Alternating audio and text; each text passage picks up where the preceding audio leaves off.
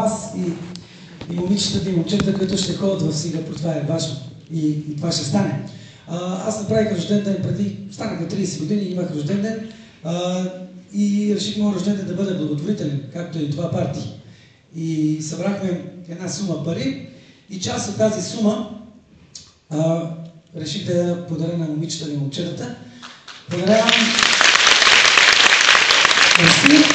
благодаря на моите приятели, които дойдоха и ме уважиха на моя рожден ден. Направихме концерт, събрахме вход и искаме да помогнем на хора, които и липсва малко да осъществят мечтата си. Ние ще го направим това заедно с всички вас, и така че имате моята подкрепа. Благодаря. Благодаря, че ме слушате.